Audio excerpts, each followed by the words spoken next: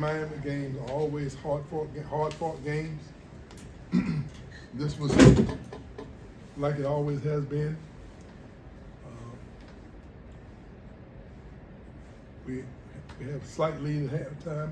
I think they might have cut it to 2 points a couple of times. They're a hard game for us to prepare because they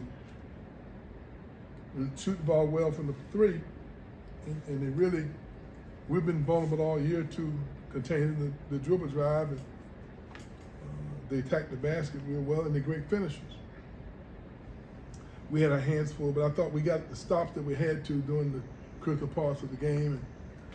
And obviously, Darren Green stepped up and shot the three very well. We got some big rebounds when we had to. The interesting thing, we got some deflections and steals. We had in the first half. I thought that we had a lot of stops that allowed us to get out and get some easy basket in transition. But they still found ways during the second half to drive and get to the basket. And there toward the end, I thought we did a much better job of containing the dribble. Because it says a lot about our guys because we've been having a challenging year. It seems as though they want to finish the season strong. And I love their togetherness and camaraderie that they had today. We trying to get all our seniors on the floor in the game. Locker rooms festive. And they in a good frame of mind, I think, going to the ACC tournament. Any questions? What does it say for Darren on a day like senior day to handle it emotionally and then go out and drain 8 threes? Well, Darren is our most experienced player, high character. And when you work as hard at your game as he does, there's a certain level of confidence that comes over you that when you just feel confident, if I get this position on the floor. And then obviously it meant a lot more to him today, being the last time he had probably played in the Tuck. And it meant an awful lot to him. And I thought his consistent shooting the ball well from the perimeter, I thought it inspired his teammates. And I thought it gave them confidence. And then they started looking for him. And I thought that made a huge difference. Us pushing the ball and moving the ball a lot better in this particular game. I thought we were able to move the ball enough to get him some good looks. Normally people play no catch on him, and he doesn't have the opportunity to get the kind of looks he had today. But I thought his teammates did a great job of getting him the ball. Y'all had, I think it was 12, I don't have it in front of me, but 12 offensive rebounds in the first half. Bowen had a few. I think Jackson was in there, Corin.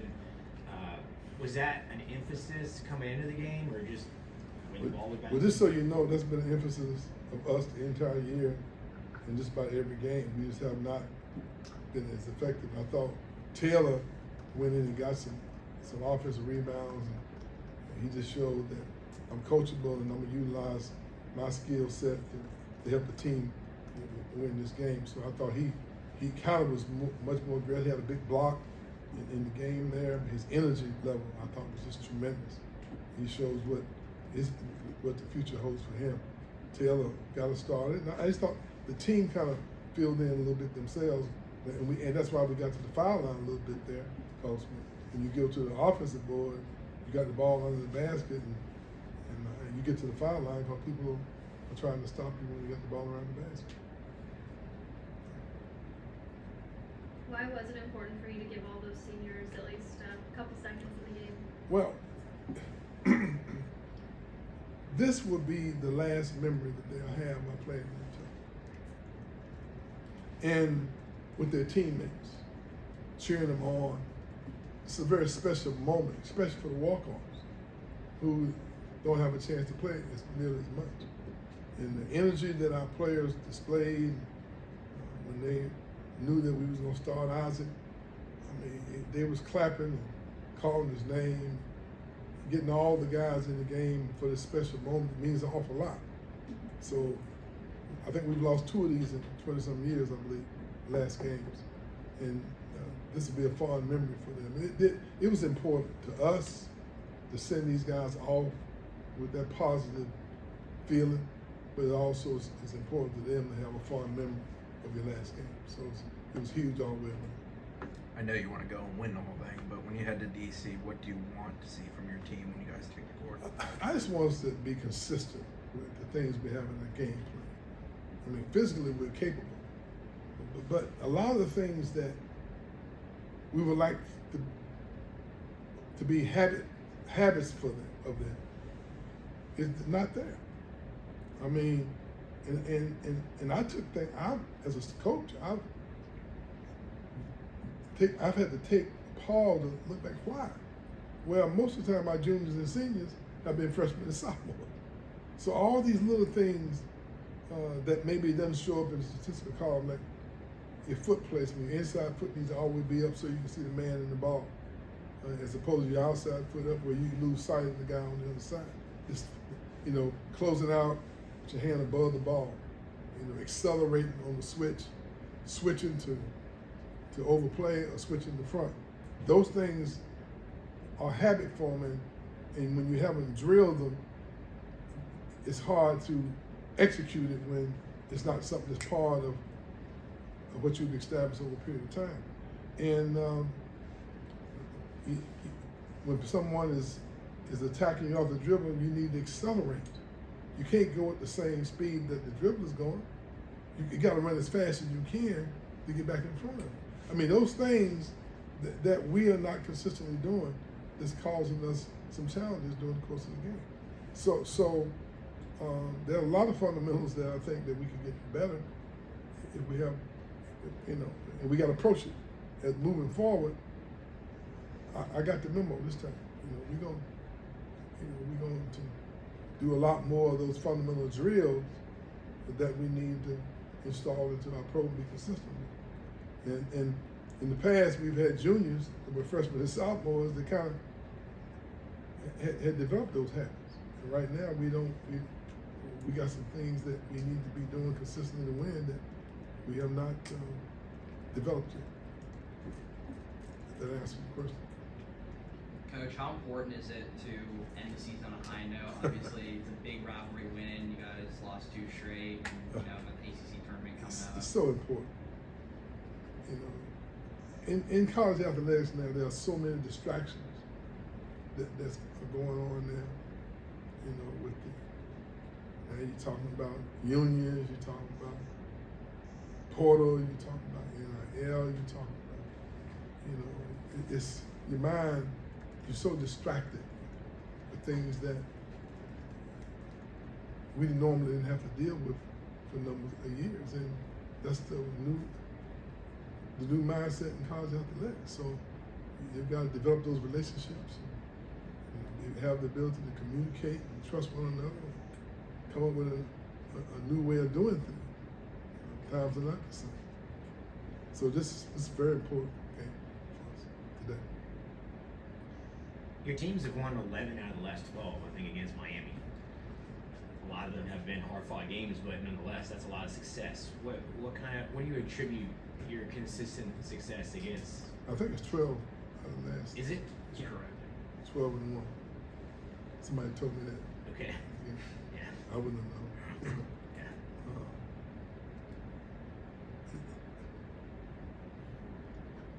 I think that's what happens in rivalries. Somebody get an edge for a while, then somebody else, will break it. It means an awful lot, to both teams when you have these kind of rivalries. Sometimes it motivates one, and sometimes the other one might take it for granted. That's just human nature. But for us,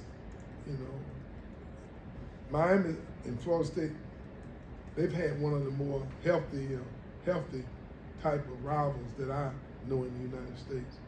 When I was the head coach at the University of Miami, I was always admired Bobby Bowden in the way how graciously he was when he won and when they lost, how he handled the rivalry. He was always complimentary. when he lost, and he never tried to rub it in the face when he won. He was a class act, and so it's been a nice rival that we respect each other, but we compete like the Dickens when we play against each other. That's the way Miami we've done in basketball. I think there was a period there where we were just tick for tack. I don't know what that number is, but you know we win 1 and 8 when the last few years we've been kind of at the upper hand, and hopefully we keep it that way. With all the madness that comes with the month of March, what does a win like this kind of do to help the confidence level to maybe cause an upset or to do something big in the tournament? Well, for us, this game probably means an awful lot because we haven't had the consistent year that we normally like to have. So that's what it's all about. You know, trying to find a way to to be successful. And now the hopes that we hang on to is there have been teams that have played their way in to the NCAA tournament and all the way to the Final Four that had similar years to what we had.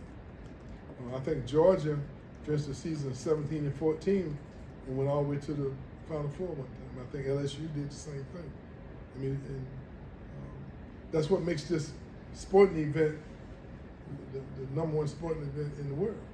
When you can, when you think about it, you have servicemen overseas, with their little, whatever, those little game, brackets that they have, trying to figure out who's gonna win, and all the offices at work and all the TVs gonna be tuned in to watching their teams, and probably won't be very much work done, in the offices while the Final Four is going on. Some people have it on their phone, they be looking down while they're looking at the computer. It's just a great fun time because every school starts off with an opportunity to win a national title. And that's why I've been such a proponent for adding more teams so they can enjoy the experience and the opportunity that playing in March Madness plays for you. So it's huge.